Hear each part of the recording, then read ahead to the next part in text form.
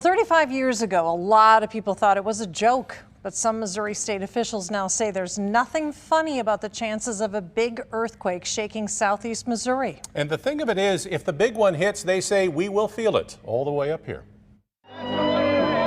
In early December 1990, some people were laughing at talk the big one was about to rock New Madrid, Missouri. We live in this area, it's a chance of that every day happening, So it's kind of a big joke to me. But it wasn't a joke to a climatologist named Ivan Browning. Reporters from all over the world, So the quake hasn't happened yet, including a much younger yours truly, came to New Madrid, Missouri after Browning predicted a magnitude 6.5 to 7.5 earthquake would shake the nearby New Madrid Fault in the first 5 days of December 1990. And while it never happened, people here knew it could. Yeah, I think maybe sometime or another we'll have another large one. Now, I've felt at least 3 or 4 in my lifetime around here. The talk back then was, it's not so much a question of if, but a question of when.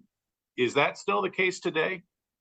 It still is. That's Brian Blake, Executive Director of the Central United States Earthquake Consortium, helping people in 8 states, including Missouri, plan for what to do when the big one hits. 4 of the biggest quakes to hit North America happened in the early 1800s along the New Madrid Fault. But if a magnitude 7.5 quake hit today, Blake's group says 533 people could die. People in almost 21,000 households could be displaced, and damage could reach almost $76 billion.